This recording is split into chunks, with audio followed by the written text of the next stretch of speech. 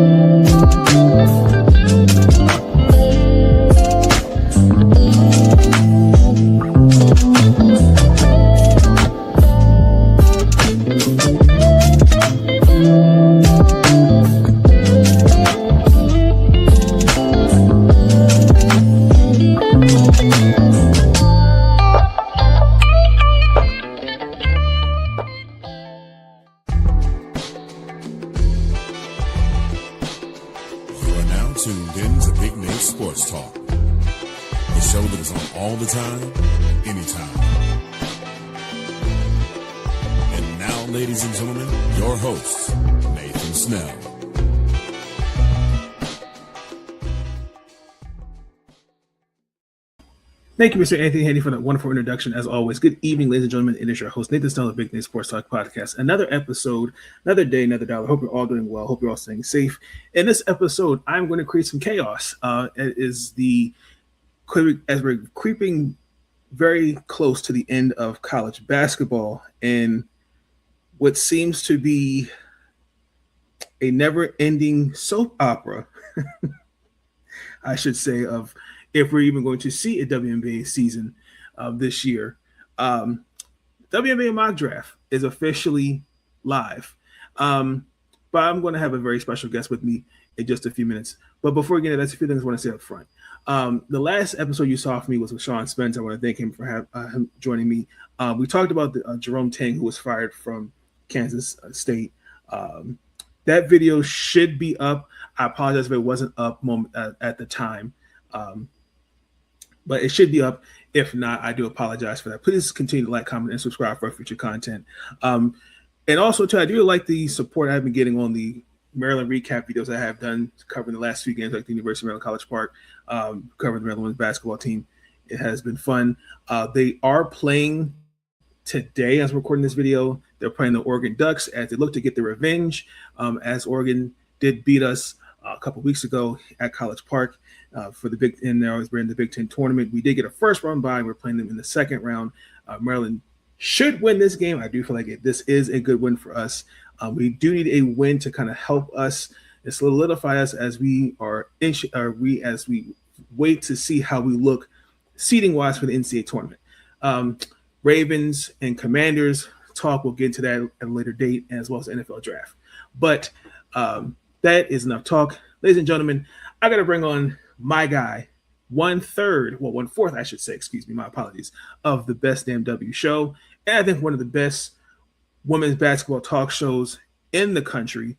And I think is really underappreciated and undervalued. Ladies and gentlemen, please welcome the one and only Nick Andre. My guy, what's going on, sir? What's good with your brother, man? Glad to be back on, man. A lot of basketball, man. This is going to be a real busy month, man. When you talk about all the colleges, conference tournaments going on right now, the main tournament's going to be a couple weeks from now. And then we got the W draft that's possibly taking place next month. So, we got a lot going on. Yep, especially too, like once the NCAA tournament is over, then the draft, and then the ladies have to get ready for training camp. So it's like a lot of basketball for them. This draft class, I'm going to be honest with you, and Nick, you can probably agree to this. This is not the draft class I thought it would be.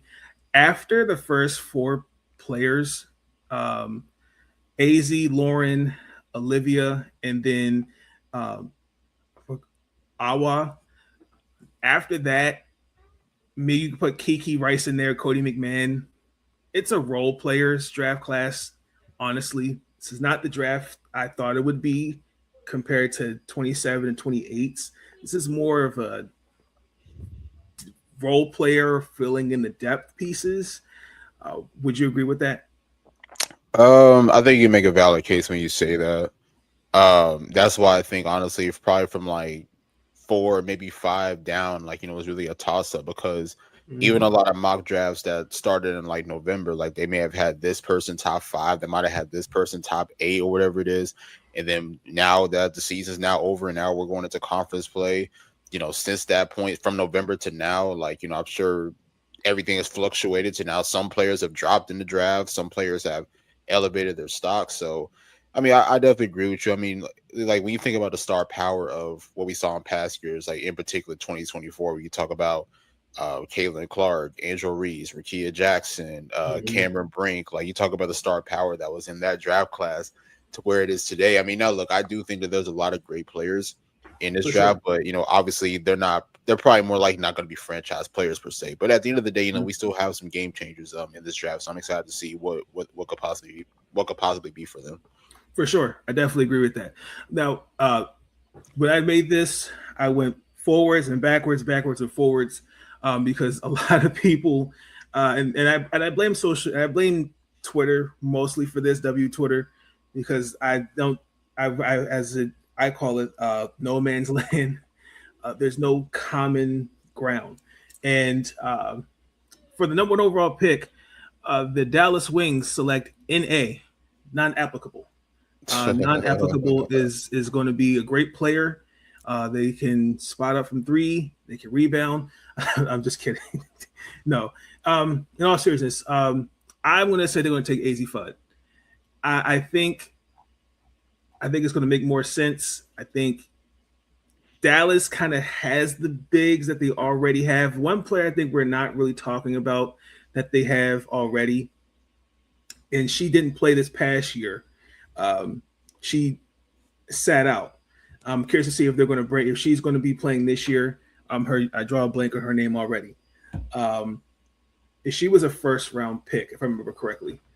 I think I know you're talking about, but I can't remember her name either. So, and then they had Louisa. Okay, not her last name. But I mean, you already got a crowd of bigs, and I don't think Lauren or Awa fit that per se.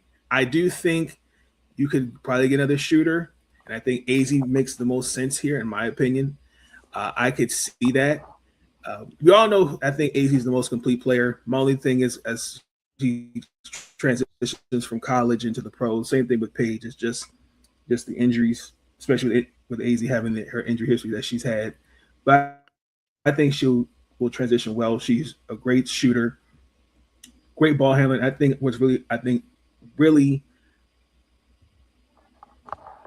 she's a proven floor spacer with Paige and her. So I think that is an offensive identity. I think Dallas with her and Paige, I think they will definitely look to identify for sure. So having a backcourt in Dallas with Paige and AZ, I can see that.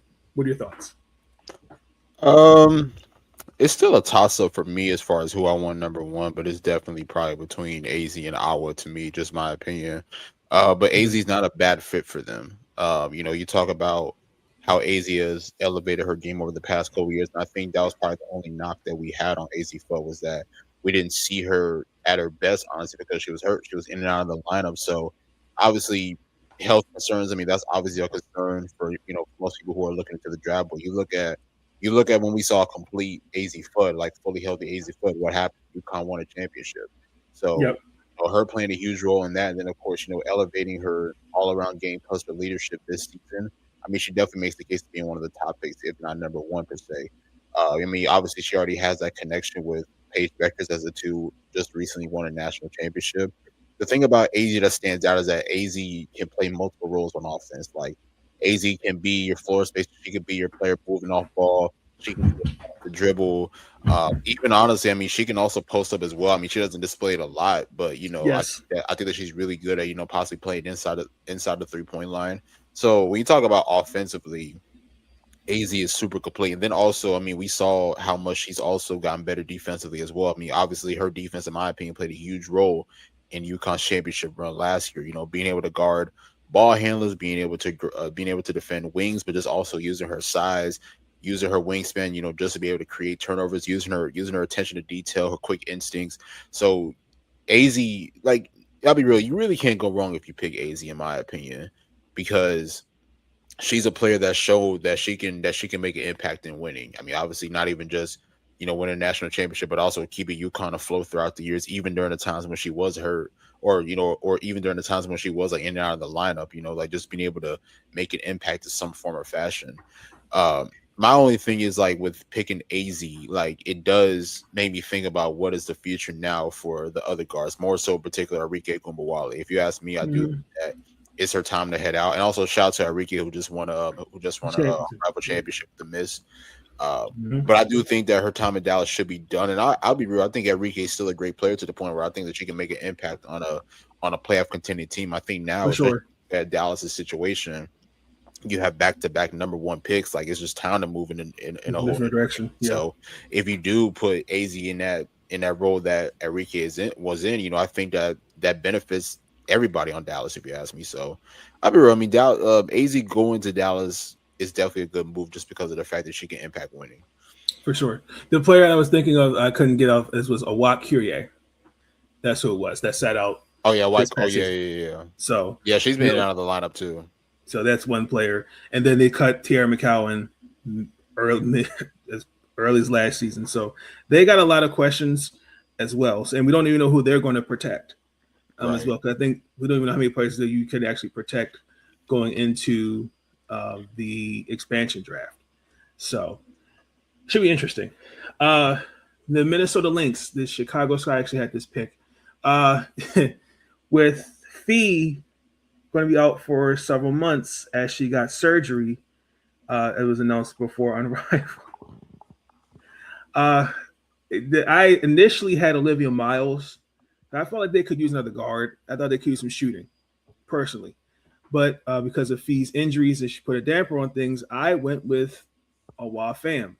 I think even though Awa's 19, I think she's developing well. She's very versatile, very on both sides of the ball. I think she has a high ceiling. I think you see the tools. I think is there. I think her upside, the potential, all that is there. I think, especially, I think with this group with Minnesota, I think they all got one more year together, if I'm not mistaken. Cheryl can develop post players, and I could see Awa being a two-way player for sure. If you put my feet to the fire, Lauren Betts would be a great fit here too. Maybe Olivia Miles, but I'm gonna go with Awa Pham. Not mad at it. If that were to be the possibility with Awa Pham going to Minnesota, I think eventually her and Fee could be a great front court duo, if you ask me. Obviously, they still have Atlanta Smith, and Atlanta Smith has been super huge for Minnesota. I mean, just won co-defensive player of the year last season with them. So obviously, her and Fee already have that connection. But if you have certain lineups, I mean, because both of them are super versatile, and Awa is super versatile with the basketball. Put the ball on the floor, create. I love when she plays with her back to the basket. She has tremendous footwork and really tremendous patience to really find different ways to score around the rim, and even being able to step outside and knock down shots. But then also she can play make as well. I think that's something that, you know, people don't really talk about more. I mean, I do think that she's really good at reading the floor and really being able to find open teammates. Yeah. So when you look at the overall skill, I mean, you can't pass up on a player like this. I mean, just my opinion. And like I said as well, I mean, I think that eventually, you know, like you can put her and Fee in certain lineups, you know, as a front court. And I'll be real, like that could possibly give defenses nightmares, honestly, because you have one player who can play outside, you have another player that can play outside, but then both of them can create. Fee is spectacular at a shot creation as well and has tremendous footwork. So if you put those two together, I think that'll be good as well. Then on top of that, you know, playing with a veteran team like Minnesota, she can learn how to win. She can play next to veterans, not just Fee, but also Courtney Williams is still there. We all know that Courtney Williams has been exceptional with her playmaking with this Minnesota team. You know, I do think that potential pick and roll with her and Awa could be just super monstrous, if you ask me. So I think that this could be very beneficial for a player like our fam who's coming over, from the waters, from I can't remember exactly where she's from, but coming from overseas, and then just also just learning how to compete, at a high level. Agreed. I definitely agree. I think again, same thing. And also too, I didn't forget about Jessica Shepard, who I think their front court is very dynamic.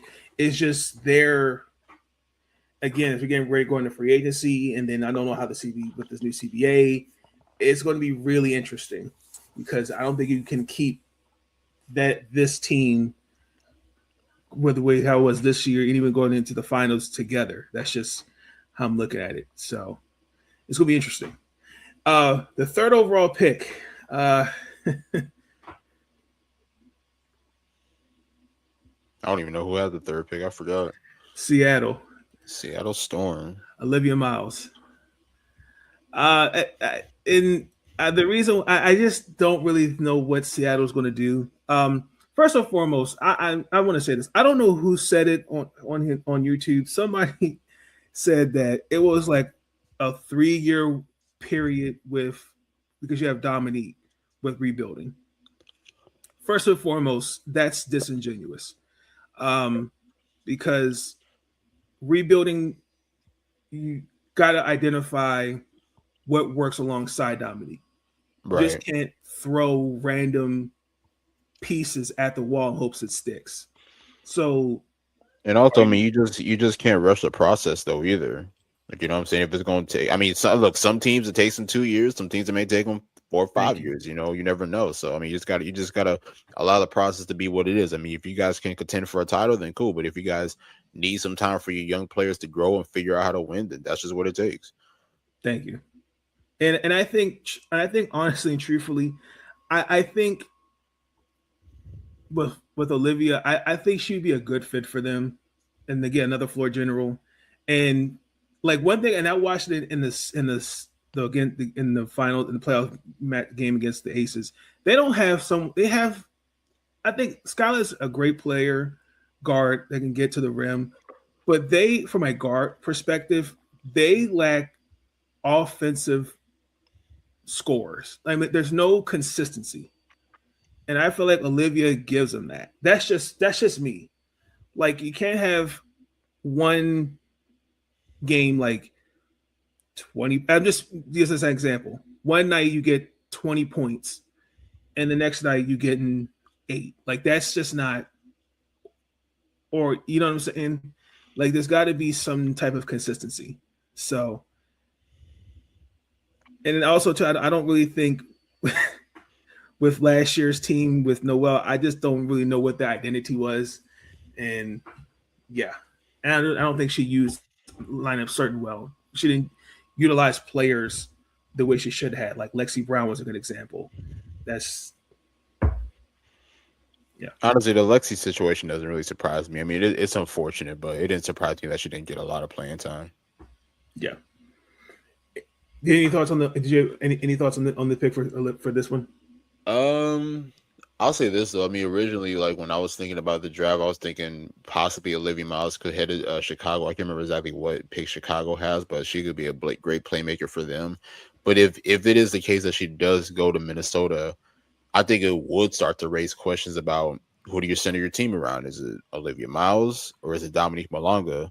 Mm-hmm. Two phenomenal all-around players. I mean, Dominique Malonga, I mean, we've seen how much she's continued to grow. I mean, even though Noelle gave her inconsistent minutes during the rookie season, we did see her produce in the minutes that she did have. She had I think she had at least 10, 11 double-doubles, if not more than that. Yeah. Just showing her true ability. You can face up, can play with her back to the basket, has tremendous footwork, pretty much like damn near 7 feet and can play like a guard, if you ask me. Like, that's just how spectacular she really is. And even in Arrival, I think people even saw just her true ability and her true potential. I mean, like for instance, like Breeze just played Mist on Monday, and just watching how she's going up against Brianna Stewart, multiple time champion, multiple time MVP, not afraid of the moment. You know what I'm saying? Nope. Going right at Stewie, challenging Stewie defensively, like just stepping up to the challenge, just stepping up every single way. So just the confidence that we see just from Dominique alone. Hell, I could even use another example when Seattle played Vegas in the playoffs. Yes. With her going up against Asia, getting back down from the moment as well. So that's one thing that you could say about Dominique, is that she's very competitive, and then she always accepts every challenge that's in front of her. Exactly. So I give her a lot of credit. And as for Olivia, I mean, look, anybody will want to watch Olivia Miles. I mean, what she's been doing at TCU this season is just incredible. Obviously, she needed a new change of scenery after being at Notre Dame for about 3-4 years. Now going to TCU, in the National Player of the Year candidacy, if you ask me. Like, Olivia is just a showstopper. Like, you know what I'm saying? Like, she plays with the utmost swagger and confidence. She loves stepping into her shot. But then also the one thing that stands out about Olivia is that she understands that she, like, just as a playmaker and as a floor general, like, she understands how to maximize other players around her. Like, when you put the ball in her hands, not only is she going to shine, but she's going to make sure that you shine as well. So her being a lead guard of the Seattle team would actually be really good, because it can allow a player like Skylar to play more off ball, or even Brittany Sykes if she's still with the team this year. Dominique Malaga could, they could play in pick and roll a lot. Honestly, hell, we might see some alley-oops between the two. Honestly, you gotta. Would surprise me. Yeah, I'm saying you got a great passer, you got a great dunker, a great finisher around the rim. Oh yeah, like hell, that'll be a highlight show. But I think picking Olivia Miles with the third pick could definitely, elevate that team. Because obviously, like, I think Seattle's in a weird position where it's like they're a good team, but they just don't have the right pieces to really contend. And I know that Olivia Miles will be coming into this franchise as a rookie with zero professional experience. But just her alone, just her impact alone could possibly help them get up to the next level. Now, I'm not saying that they'll possibly win a championship, but it could definitely put them in the right direction as far as regrouping. Yeah, I agree. And on top of that too, like, we don't know what they're going to do with Skylar and NECA. So the organization as a whole, like you said, that's why I think you can't really rush the rebuild. So with the fourth overall pick, my team. Mystics. Lauren Betts, baby. Because this is why I'm gonna go with 4. I think we're gonna keep Kira, but I've always believed Shakira Austin's a 4, not a 5. And her Lauren, I think, is a great defensive center around the rim. As somebody who watched her in person last year, it's just but here's the thing. I give Amari DeBerry credit slowing her down, because she's 2 inches shorter than Lauren. Right.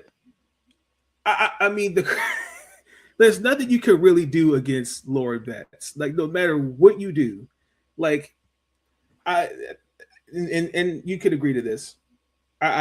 Everything is won through the post. And I still think Washington's going to regret trading Aaliyah Edwards. That's just my opinion. And I think we can move on from Steffi Dolson, who I think,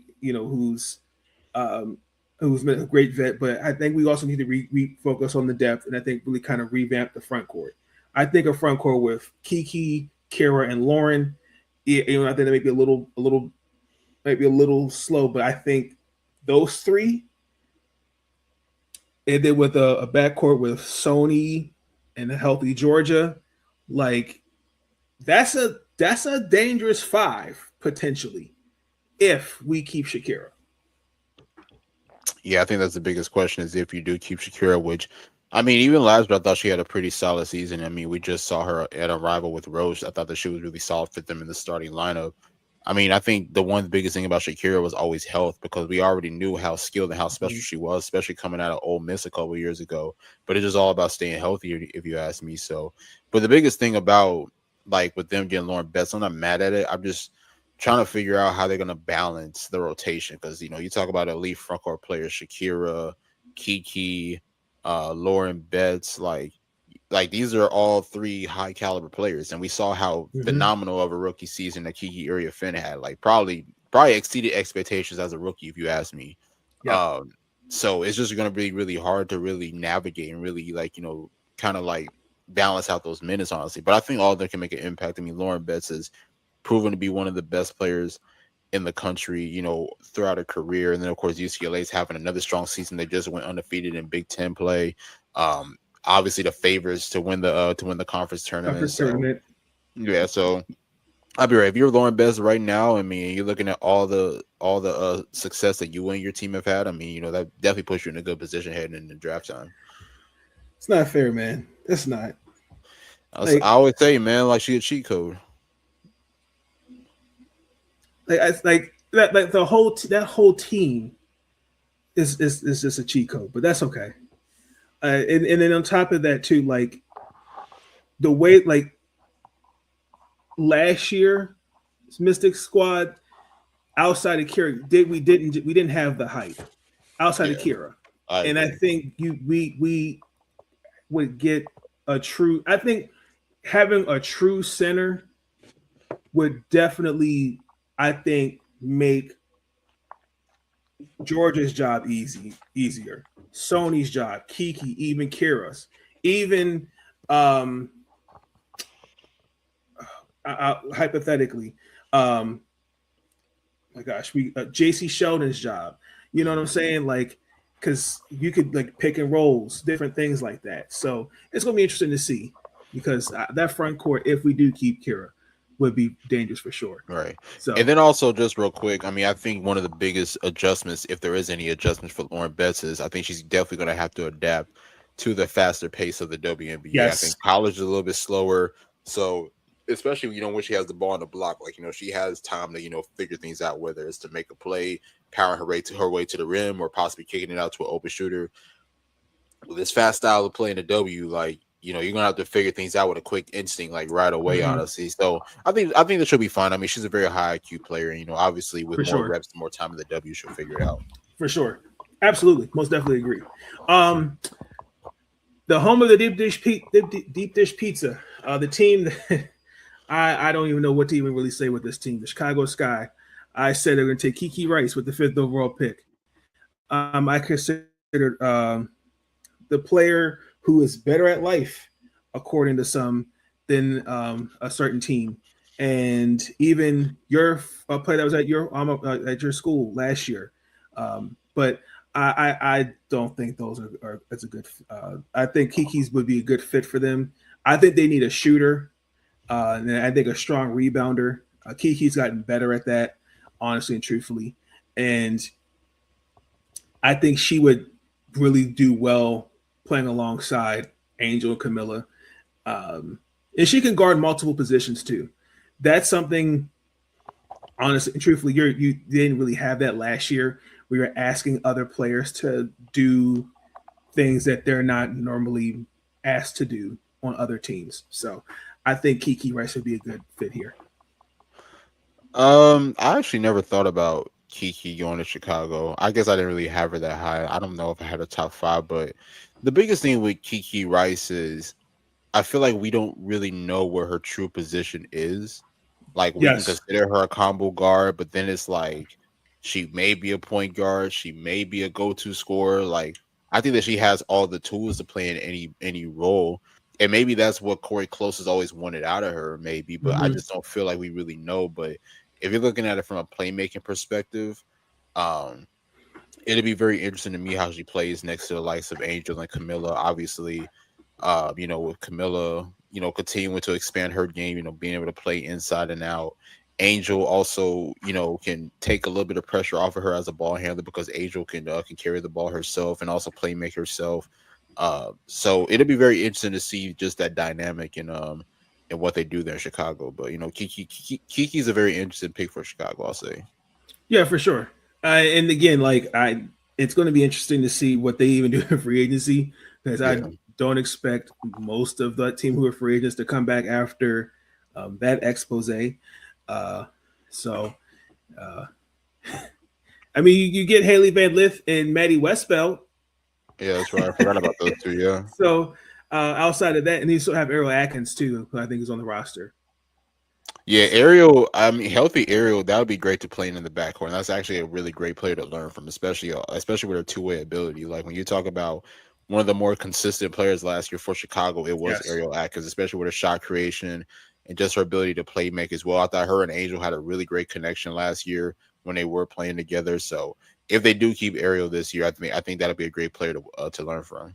I also really quick want to say this about Ariel Atkins. Ariel Atkins coming out of Texas, I've always believed was a great player. I thought was a great pick for Washington. Mm-hmm. She plays better when she plays next to a star. Like when you watched her when EDD as an example, she plays better when there's not a lot of pressure on her. Like when you're asking her to be like that number one, maybe two-ish, best second option. Right. I think if you make her as a third option where she's not, your focus not on her, she's going to cook. That's just how I've always looked at Ariel Atkins. But Ariel Atkins can be that third option, but it can be a first option if you put the right pieces around her. If that makes sense. I can see that. I mean, I definitely understand your point of view because I think Ariel, even as a third option, she's super dynamic. But I just think it's more personality with her. Like I think that she loves her role and she embraces her role as obviously like she could be either 3-and-D, she can create. Obviously, we know how elite of an on-ball defender that she is. So she is good at just being comfortable in like a smaller role where she doesn't have to have most pressure on her to, have big scoring performances or really lead the team. She's going to make sure to impact her team with the way that she plays. And that's one thing that I love about her. For sure.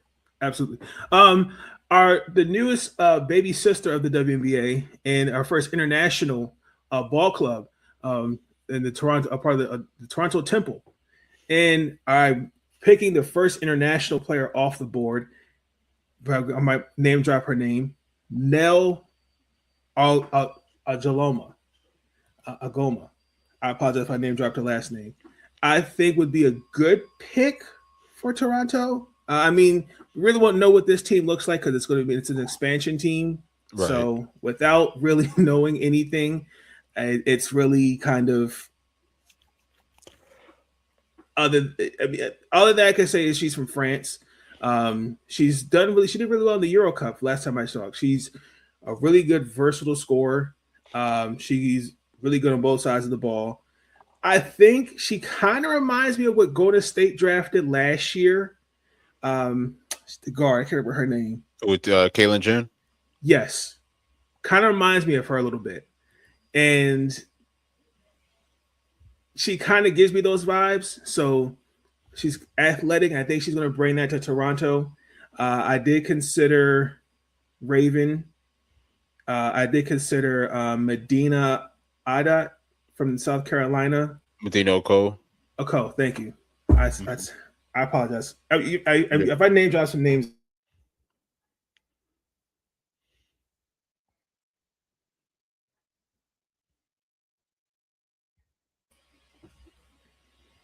So, did I lose you?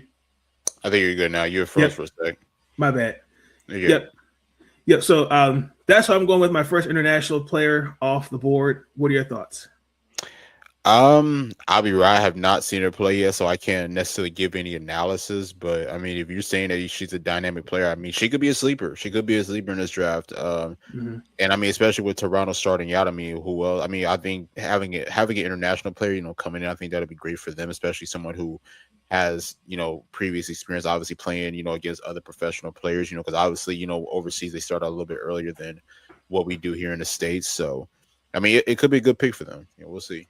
For sure. And the Portland Fire. Shout out to Brendan Potts, who's going to actually cover this team this upcoming season. And I'm going to go with the player that's better than everybody at life, Flajay Johnson. I mean, we all know. You know what? I'll give you the floor. What's your thoughts on Flajay?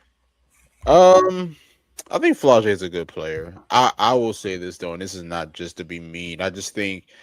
I think this year has not went the way that Flajay may have wanted it to. And the reason why I say that is because, I don't know, it just seems like against like a lot of the higher level like teams that they face, the LSU has faced, more so in the SEC, I just feel like she hasn't been exactly at her best. And I mean, and if there's any year where you want to showcase your true ability, is definitely going to be this year, especially when you're a senior and you're ready to leave. And of course, you're getting ready to begin your career professionally. I feel like that could be one of those years. Now, look, not saying that she hasn't had not saying that she's had a bad season, because obviously she's had some really great highlight games. The South Carolina game is one that stands out, even though she did miss those 2 free throws. I thought that she really set the tone for LSU, especially with her attacking and her ability to finish inside. So Flau'jae has those tangibles, and I think Flau'jae has that competitiveness and that energy to really thrive on both ends of the floor. I just think that, with what has taken place this year, like for instance, like she went scoreless against Vanderbilt. She shot like she shot like 3 for 15 against Texas. Like a lot of these top tier contending teams, not only in your conference but just in the country, you haven't really been at your best. But also, look, at the same time, they still haven't played yet in the SEC tournament. Of course, they're going to be in the NCAA tournament, so there's still time to possibly turn things around. But if we're looking at it from the perspective of playing with the fire, I mean, with this 7th pick, you would more so be looking at, okay, who could be my young franchise piece for the future? Is that Flau'jae? I personally don't know, but hey, we still got enough time to really see if that can be true. Yeah, for sure. I mean, I think I think for me, and I'm only not trying to be sarcastic when I made this statement. I just didn't like her mom taking putting on shots at other players and stuff like that. I think that was unnecessary, but that's on the story for another day. I think in all seriousness, Flau'jae, I think, is a great level 3 scorer.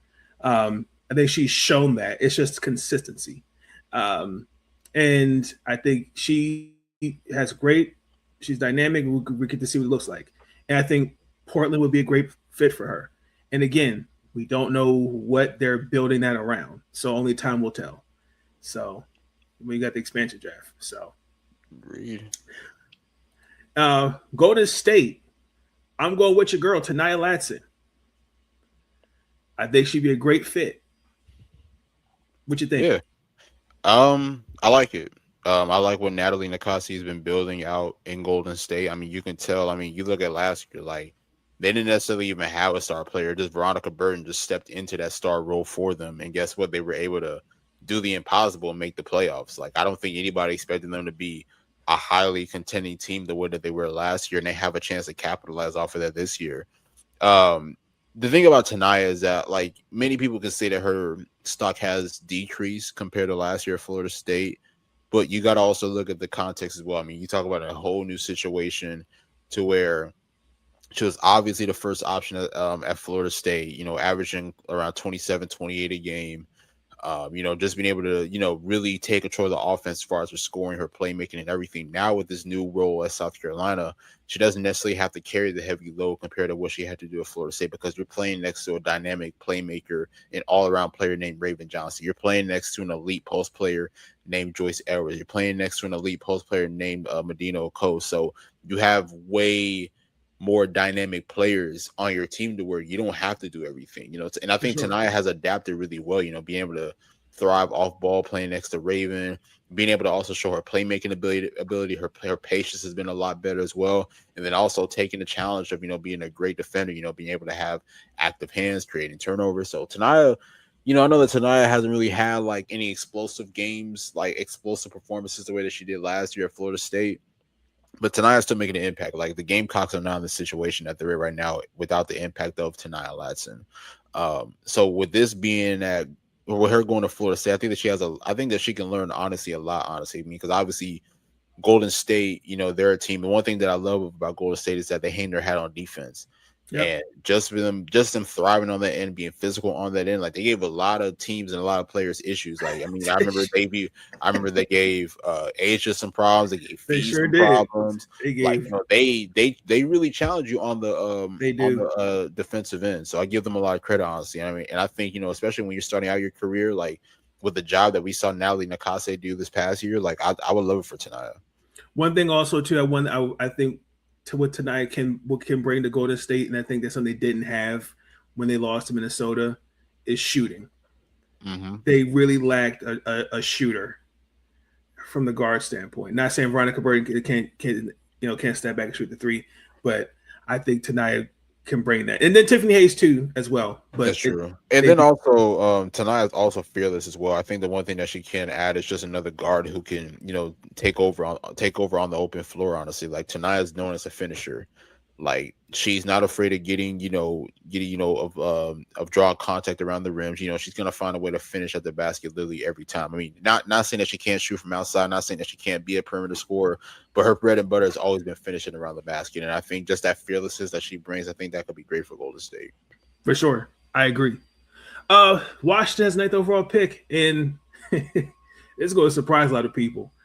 Raven Johnson. I wonder though, because you got Georgia Amore coming in this year, so I guess Raven will be coming off the bench if you ask me. But I'm gonna tell you why though, because personally, I think Georgia she plays better as an off-ball guard, and she's small, right? So why not have her just play the two? Let Raven be your ball handler. And then I'm not sold on JC Sheldon. Really? Personally, I'm not. I'm not mad at it. I think offensively it could be great. My only issue would be on the defensive end, because obviously Georgia's given up a lot of height, and then she's never necessarily been known as a defender anyways. Yes. So that would be like the biggest thing. Like I think, you talk about offense off ball, like Georgia can thrive playing next to a playmaker like Raven, who really thrives at, setting up other players. But then also Raven could be great, setting up Shakira, setting up Kiki, setting up Lauren Best if they possibly get her with the earlier pick. So a lot of players can thrive on this team with a player like Raven Johnson, because I've talked about this before. Like Raven has a true point guard instinct. Yes. Like she's really trying to figure out the defense and really trying her best to really understand, like, how can she put her teammates in the best position to score. A lot of players don't have that. A lot of players, they can handle the ball and they can pass, but a lot of them don't really have that mindset of like really understanding their teammates and really understanding like how they can score and be at their best. So that's the one thing that I'll say about Raven Johnson that could benefit not only the Mystics but any team in general. So I would love it for sure. And on top of that too, like I think Raven Johnson doesn't get the I can see why people go hard for her the way that they do, because like I don't think South Carolina wins the wins without her play. Right. And like the seasons that she's having this year, I mean, it's just really just icing on the cake if we're keeping it real. So, and there's really nothing you can't really say anything criticizing wise, because now all of a sudden like, oh, Raven Johnson would be great in Chicago. Like come on now. And I give her a lot of credit too, because I think even heading into this college season, like it was kind of an interesting debate on where you would put Raven. Like, is Raven a first round pick? Is Raven an early second round pick? That was all in question, honestly. And it doesn't take nothing away from her past experience. We know that Raven Johnson is a winner, but I think one of the biggest things, and when I look back at last year, it was just her scoring, honestly, like her shooting, honestly. And honestly, it all just came from like not having the right confidence. Like I talked about it a lot even on my show, The Best DMW Show, how there's many times Raven will have an open look and she's second guessing. Like she's looking around like, should I pass? Should I shoot? Like, what should I do? And we've seen a huge difference this year. And honestly, especially when you're playing next to players like Joyce, like Tanaya, like Medina, we all knew that Raven was going to have a lot of open looks ready for her. And one thing that she has done, she's taken advantage of it. She's taken advantage of those open looks and just, being able to take perimeter shots, whether she makes it or miss it. I just love the fact that she's taking advantage of those open looks. But then also as well, like I think the one thing that Raven did not get her credit for, at least offensively wise, is that, when Tanaya went out for a couple of weeks, I think Tanaya had like a knee injury or something. When Tanaya went out, Raven took on a scoring load for them. Like finishing around the rim, just being in attack mode offensively as far as putting the ball in the basket. So that's one thing that stands out about Raven this year. Is just obviously we all know how great of a passer and playmaker that she really is. But the one thing that stood out to me is the confidence that she's been playing with this year. Can I just ask an aside question really quick? Just random. Because I know you guys on the Best MW Show, and you guys do a fantastic job when it comes to SEC talk, especially with South Carolina. When a player like that goes down, should Joyce Edwards take on more of a responsibility scoring wise instead of asking your senior fifth year player? Well, I mean, Joyce was already leading the team in scoring. But I'm just So I talking mean, when that run when Tanaya went out. yeah, I could definitely agree with that. I mean, I think Joyce should always take on more of a scoring load. And I mean, another thing too, because like Joyce is super talented with the basketball in her hands. I mean, I think that we even saw it earlier this year in non-con. Like she had a lot of monster games just from her attacking downhill, pushing the ball.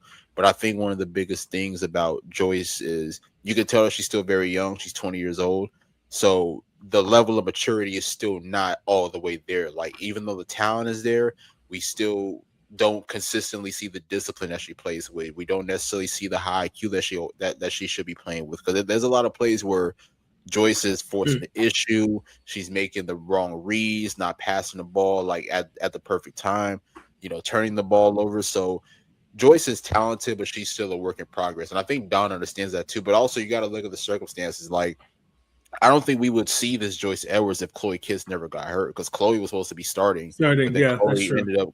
Chloe ended up going down with the injury. So now that put Joyce Edwards in a position like where now you got to start now. So, and look, I give Joyce credit because I mean she's definitely taking advantage of this new position for her. But like the best thing I can say about Joyce is that Joyce is definitely still a work in progress. And I'll say this though, like definitely by next year, like I can definitely see her having an even more monster year if you ask me. For sure, I agree with that. Most definitely. Number 10, Indiana. What do you think? It'd be nice for her to play behind AB.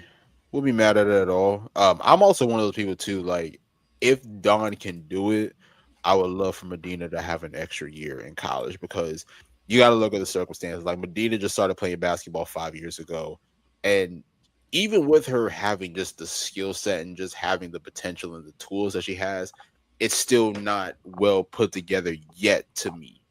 And I think an extra year in college could possibly put everything together. Like it could put all the pieces of the puzzle together. Correct me if As I'm far wrong. as She's from Kenya, correct? I believe so. I don't Okay. know. I don't know exactly, but I believe that's correct. I do believe that's correct. I might be wrong, Okay. and I don't know. But Medina has the utmost potential to be a great player. Like you talk about, the rebounding, her back to the basket, her footwork's still a work in progress, but I mean, but we have seen great footwork from her, and then also her stepping on making the three now, which is something that we hadn't seen in years past. If you ask me, like hell, I think it was the game against Ole Miss where she made 3 3-pointers, and then even Coach Yo was like, "Yeah, I mean, there's no we can do about that," you know. So Medina has an almost potential to be a great player, honestly. I mean, if she does go into the draft this year and it is Indiana, I mean, hell, you're playing behind one of the best bigs in the game in Aaliyah Boston. You're going to be playing or you're going to be playing with one of the best playmakers in basketball right now, Caitlin Mm-hmm. Clark. Yep. So it's gonna be really great for her, to be able to be at the Indiana team, especially with them being in a winning position right now. Because I mean, a healthy Indiana team could definitely be in contention for a title at this point. Yep. And don't sleep on the fact, and also Kelsey Mitchell too. Kelsey I think we Mitchell as signed well, her. another elite scorer. Yep. I think Coach Yo might like this one. We have the 11th overall pick, Cody McMahon.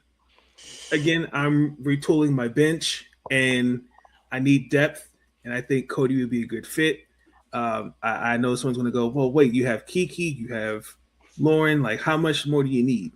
I considered Gabrielle Jaquez. I don't think we need any more like guards, honestly, at this point. We just need some more wing and depth at this point, because last year I think we had way too many guards and not a lot of wing depth. So I think Cody would be a great fit. I and I still stand on it. I wanted her personally at Maryland this past season, but I got flack for that. But that's okay. But I think Cody would be a great fit with Washington. I think she can. I think she's pro ready. I think she from Ohio State to this year, she's definitely not afraid of the moment. Her defense has remained consistent. Her consistency can be a little bit better, but her ceiling is high, and I think again for Washington, especially with a coach like Sydney Johnson, you're with players like Kiki, Sonia, Georgia. I think you're in a great situation. That's just how I look at it. So, yeah. Not mad at it. I think going to Ole Miss was definitely the best thing for Cody McMahon. Obviously I thought that she had a really good career at Ohio State, but I still felt like there were times where she was placed under the radar. Yes. I don't know if that's because of conference or whatever it is, but I do feel like Cody was definitely underappreciated. But I think her going to Ole Miss has definitely been able to help her unlock her game at a different level, honestly. Like, I've never seen Cody McMahon be able to have the responsibilities that she has now at Ole Miss. Like, she's their point forward. Like, she's their lead guard for them, honestly. I thought it was going to be Denham DeShields coming out of, I think she came from Mississippi State last year. State, yep. Mm-hmm. Yeah. I thought it was going to be her. But, just Coach Yo putting that trust in Cody to just be everything for them, honestly, like the playmaker, the scorer, even the defender, the player that's really pushing the ball in transition. Like, it's like Cody's literally doing everything for this team. And I just think that her having so much responsibility and, of course, that being capitalized with Ole Miss's success, I think it definitely has elevated her draft stock, honestly. And honestly, that'd be another great young piece for the Mystics. Especially in the second unit, you have somebody who's fearless, somebody who's competitive, somebody who's not afraid to bring the energy. And I think Cody does all of that. Yep, for sure. The Connecticut Sun, and I think who had a great draft last year, beginning Sanaya Rivers, and actually a player I wanted them to get last year, Denise tomorrow. Right. I'm going to say they're going to take Gabrielle Jaquez. I like it. I think Gabrielle's been caught under the radar as well. She's a huge piece to that UCLA team, and I think that we've been able to see her, especially over the past couple of years, just really, take her game to another level. Not only as a key shooter. The thing about it is that certain teams are going to have to play roles on particular teams. Like with UCLA, like you run everything through Lauren Best. But here's the thing: like when you run things through Lauren Best is automatically going to draw help, whether it's from a weak side or not. And of course, that's going to open up opportunities. And Gabriella Jaquez has definitely capitalized off of those opportunities, whether it's on the perimeter, whether it's off of a backdoor cut. Like, she's shown that she can play and she can adapt to any role. But I also do think that we have seen like some ball handling creativity from her throughout the season. And we may possibly see more of that in the tournament. So, Gabriella Jaquez is definitely like a really good piece that I think could have a really good W career. And if it's Connecticut, she's just another piece of their future. I said Gabrielle. My apologies, Gabriella. Gabriella. Gabriella. Name dropped your name. Let me pick it off the floor. So, my bad. So, yeah, no, I think it's great. And all times that same thing last year, like with Connecticut after the 180 of a rebuild. Shout out to Morgan Tuck, who I think did a great job of, I think, transitioning that group into this group. And I think they have the pieces.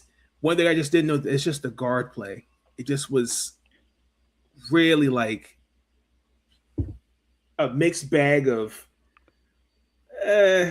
like Marina was great, don't get me wrong, but then it's like Bria Hartley, you had you threw Sanaya in there. It just, I think Gabriella, will be a great fit in there because I think she, especially that rotation, I could see with Anissa and them that I wouldn't sleep on that. I definitely wouldn't. No. Yep.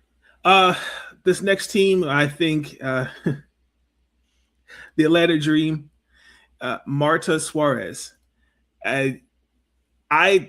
TCU. I think she's a great forward. I think she's having one hell of a season, playing alongside Olivia Miles. I really don't think Atlanta, I definitely think needs a wing player. That's one thing even though I think they kind of had it with Nia Coffey. I think they need a shooter, if that makes sense. And I think Maria fits that. Now, could Ryan? But Ryan's really a guard, not a forward. But I think she fits. I think she'll fit Atlanta. I think she'll be good. I think the biggest thing will be her off-ball ability, which obviously we see a lot of that with her playing next to Olivia Miles. I don't know if she'll be playing next to a player as dynamic as Olivia Miles, but when you talk about playing next to players like Ryan Howard and Alicia Gray, and even you could throw in Naz Hillman in that conversation, Jordan Canada as well. Mm-hmm. When you're playing next to like dynamic players like that, particularly Ryan and Elijah, who draw so much attention from the defense alone with just their shot creation, their ability to score outside. Like that opens up opportunities for a lot of people. And Marta Suarez has been one player who who can thrive off ball, who can thrive off the catch and shoot. She can score in transition as well. Yep. Like just her all around ability. She could capitalize off of playing next to like a lot of these great players in Atlanta. Exactly. Oh, and one other thing, just for the record, Ryan Howard is worth a max contract. Knock it off. I just want to get that off my chest. The Seattle Storm had the 14th overall pick, and I'm going with Gianna Neepkins. Mm-hmm. And again, another UCLA. She was actually, remember, last time I saw, she was on that 50, 40, 90. Yeah, pace. She's on that radar. And again, watch it against playing Maryland. Like, I just think it's one hell of a guard, man. Like, I think she can create her own shot. She's really good on the defensive side of the ball, and I think, but the thing she says, they can get better on the defensive side of the ball, and it's again with Seattle, they got to get better at shooting the ball, if that makes sense. I agree. I mean, real Neepkins has always been a great player to me, even when she was playing at Utah next to Alyssa Peely. I want to say she had an ACL tear, I believe, before she ended up going to UCLA. Yeah, so obviously with her, but I will give her credit too, because I think that she's had like such a seamless transition over to UCLA, and I think that she's been able to thrive playing next to both Kiki Rice and Lauren Betts. She's had a lot of great, great performances this season, where even in my opinion, especially early on in the season, I feel like she was really one of the ones that was really leading UCLA, if you ask me. And I think she could be a huge weapon for them, come NCAA tournament time, especially with them being in contention for a championship. But as far as, I think Seattle could definitely use some more shooters, if you ask me. I think Neepkins could be one of them that could really be beneficial. For sure. And then with the 15th overall pick in the first round, I'm going with your girl. Child Janaya. I like that, though. I like that. Definitely will be playing behind a player like Anissa Morrow, who had an incredible rookie season, if you ask me. But Connecticut is a really young, fun team, if you ask me. And also, I don't know what the future is going to be like for Tina Charles, if she does come back or not. But I think Tina's presence there was just really big for them, and I think that they really thrived off of the confidence that Tina gave them. So if that could be the case once again, another big that you can learn from, especially when you're Janiyah Barker and like you have that talent of being a scorer, playing with your back to the basket, spacing the floor. Like, who else would you want to learn from other than a former MVP, a great vet, like one of the greatest bigs this game has ever seen in Tina Charles? So, but even outside of that, I mean, I think that she could be a great piece of that young core who's really thriving. For sure.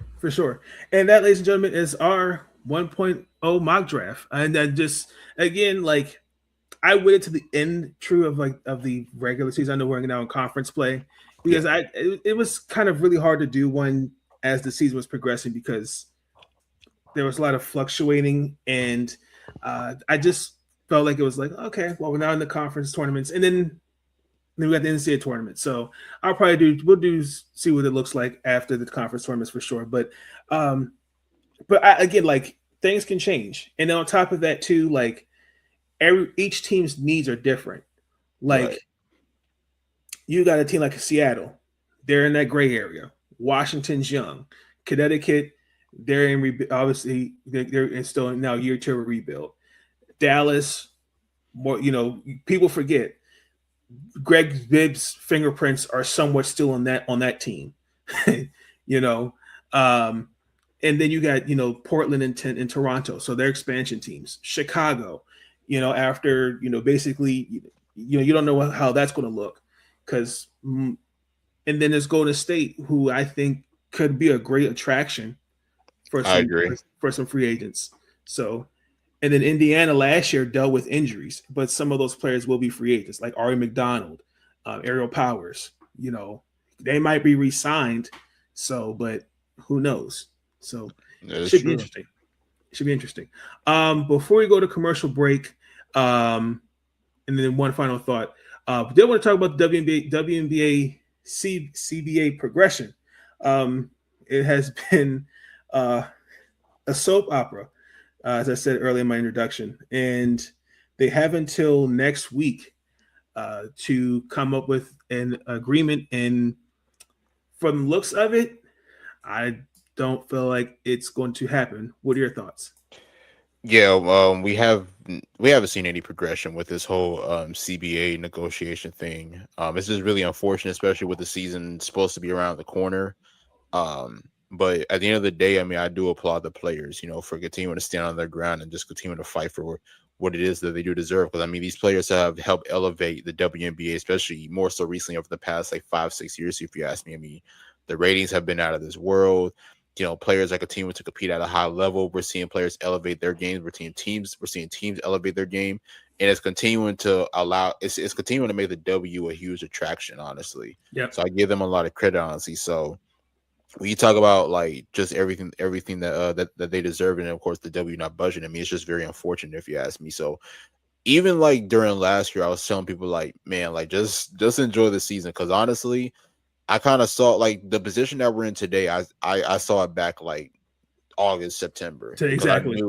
I knew, especially after what Fee said about Kathy, and then Kathy ended up responding. Like I knew that this was going to be a long road, honestly. So, and honestly, I don't know if it's going to end anytime soon. I mean, you talked about next week. They're supposed to be coming up with a deal. I don't think it's going to be next week, honestly. And I mean, obviously, we saw the W make a statement, or I think the WNBPA had made a statement.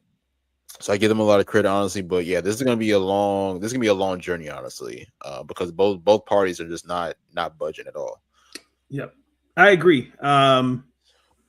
It's been 18 months just of taking shots at one another and not meeting in the middle. Right. And I just feel like especially where women's sports are, I think it's the popularity, and I just feel like the momentum right now, you're kind of pulling the rug from under, and I don't think both sides are seeing that. But again, I do applaud the ladies for staying their ground and wanting and fighting for what they want. But there's a lot of things I still would like to know, other than revenue sharing and better pay. Like, what are the intangibles?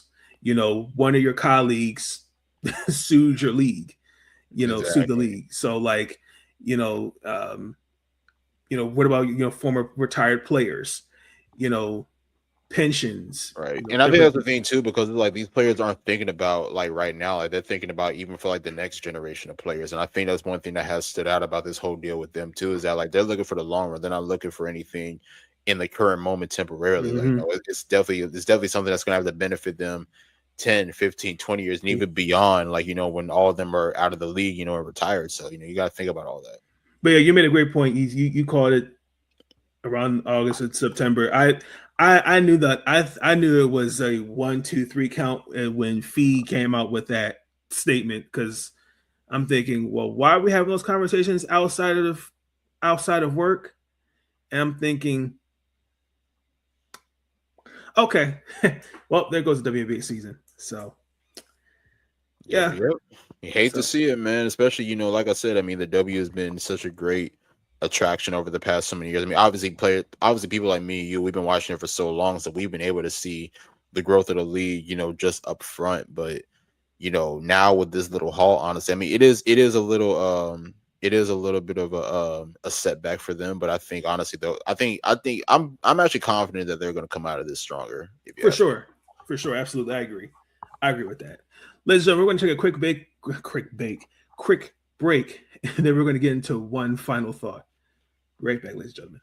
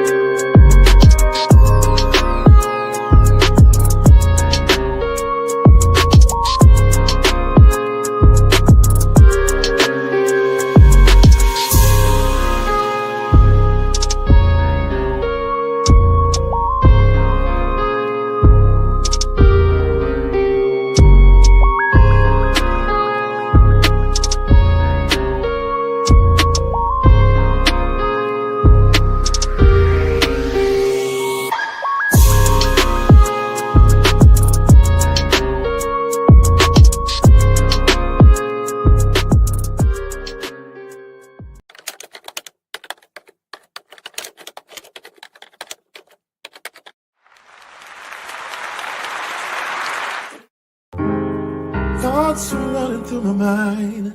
So I took some time to find a minute or two to organize.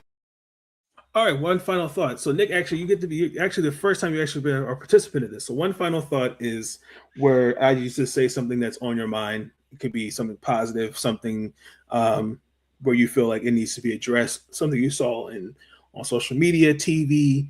So, something that you want to just reflect on. So, I'm going to give you the floor. Which one final thought? Yeah, I talked to you about it earlier. I just think, the internet's a very funny place. Like, you'll see so many interesting things on the internet. The one thing I will say is, like, don't let any of it influence you. Don't let anybody try to talk you out of who you are or whatever it is. Because, I mean, there's a lot of fakes and a lot of phonies on social media, if you ask me, especially me being in this space, covering sports and everything. Yep. And then on top of that, you're going to have people criticize you and try to clown you as if they know what they're talking about. Like, one thing that you learn is that a lot of people on the internet are very miserable, if you ask me. That's true. That's where I mean that's the one area where they can express themselves in the most maybe positive, maybe negative way possible. But it is funny too, because people always see people under my post saying this about me, that about me. I'll be real, like it doesn't mean nothing to me, honestly. At the end of the day, I get to live in peace at the end of the day, just know who I really am as a person. So I would advise people to think about that. I mean, don't let anybody on the internet discourage you or try to talk you into being a certain way or doing a certain thing. Just always be confident in yourself.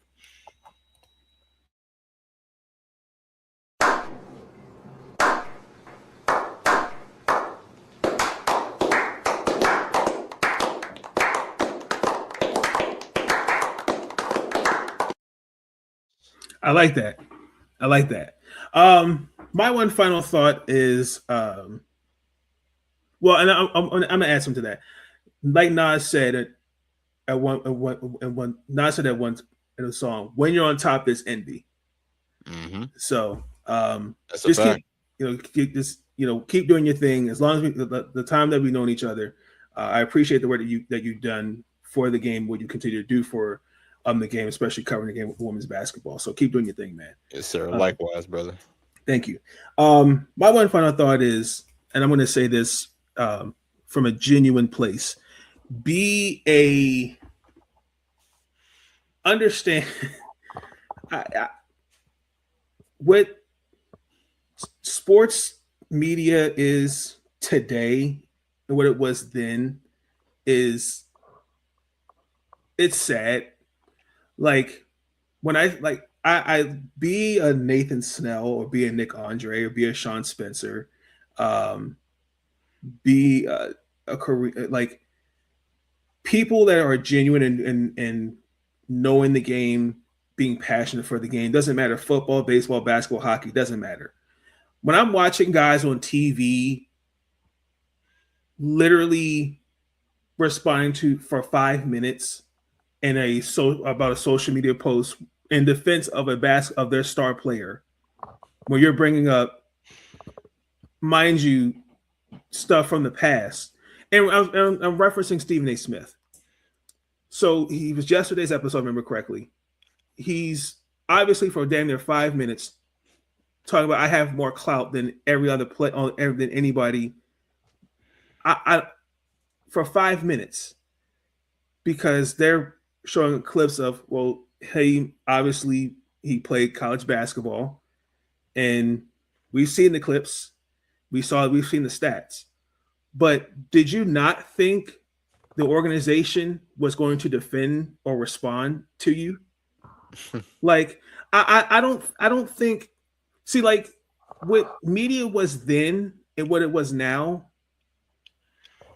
people are going to instantly respond like that. So, like, and with Stephen A. Smith, I'm genuinely disappointed. Like First Take is not what it was. A lot of these shows are not what it was. Because it just more they're just trying to get your eyes on, just trying to get views and clicks, and not really being genuine. Because what's funny about that same episode, in the same breath, he shitted on Anthony Richardson instead of trying to find something positive. Well, I don't understand what we're talking about Anthony Richardson. Like that's what I'm saying. that like sports media is not what it was. So I encourage really find people in that are genuine and passionate about the sports that they cover, because that's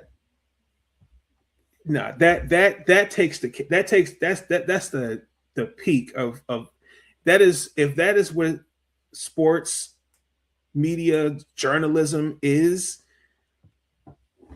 that's a problem. So I just encourage people to really understand there's people on TV, radio that are just going to say dumb stuff for just attention, and don't take it serious. Not at all. And again, like you said, social media is a farce, and we know the work that we put in, and we're going to continue to put the work in, and we're doing great things. Like I know you're going to cover the SEC tournament is starting. Was already started. It already started, yeah. We were trying to get in. They actually, I think they tried to approve one of our writers, but they ended up getting denied. So unfortunately, that won't be happening. But you might see me going out there to the NCAA tournament. I just gotta see what my schedule is looking like. But okay, yeah, we definitely have credentials for that. Sure. Yeah, I'll probably do the same thing too. We see how Maryland does. I'm definitely gonna do it again. As after last year, that was fun. So I'm definitely do it again, especially if Maryland's home for the first two games. Crossing fingers. But yeah. Really quick. What is your reaction to the South Alabama versus for who they played, where 8 players got ejected? I saw the clip on Twitter and it was just freaking crazy. Really just happened out of nowhere, honestly. And isn't that the same one where like the ref got knocked out? Yeah, that's the one. Yeah, I mean, that's just insane, honestly, man. I mean, I get it, everybody's highly competitive in the game. I don't exactly remember what happened, whether it was like a foul or something, but at the end of the day, players got to find a way to keep their emotions in check, man. Or maybe, look, there may have been some chirpiness going on during the, maybe even before the game. But also, I mean, at the same time, like when one player, goes down, everybody else got to step up. So, I mean, at the end of the day, it's like I applaud the other players for stepping in, but also at the same time, everybody got to find a way to keep their composure, especially in these type of situations, especially now with us being in March and all the tournaments that are going on. I agree. Ladies and gentlemen, that's going to conclude this episode of Big Nate Sports Talk Podcast. Nick, I know you guys did an episode yesterday. Y'all did a great job, and anything that's in the works? Yeah, first and foremost, appreciate you for bringing me on. It was always a pleasure coming on to talk hoops with you. I'm sure we're going to be doing this a lot more, especially, maybe during a tournament and then potentially if there is a WNBA season. So definitely appreciate you for bringing me on. Yes, sir. Make sure y'all follow me on X or Twitter, whatever you want to call it, Nick Andre ATR. Got some things in the works, got some writings in the works, some upcoming series that I've been working on for some time now. So be in tune with that. Then, of course, Best Damn W Show. Shout out to my co-host, J. Lo Wiley, every Tuesday, 9:30 Eastern. Make sure you guys don't miss it. We're live everywhere, YouTube, Twitter, pretty much all platforms, even Twitch as well. So make sure to tune in. Awesome. And then, ladies and gentlemen, for me, like I said, the Ravens Commanders free agency has begun, and then the NFL mock draft will work on that at some point later in the future. And then I'll have Sean Spencer on that for the Commanders at some point. But other than that, please like, comment, subscribe for our future content.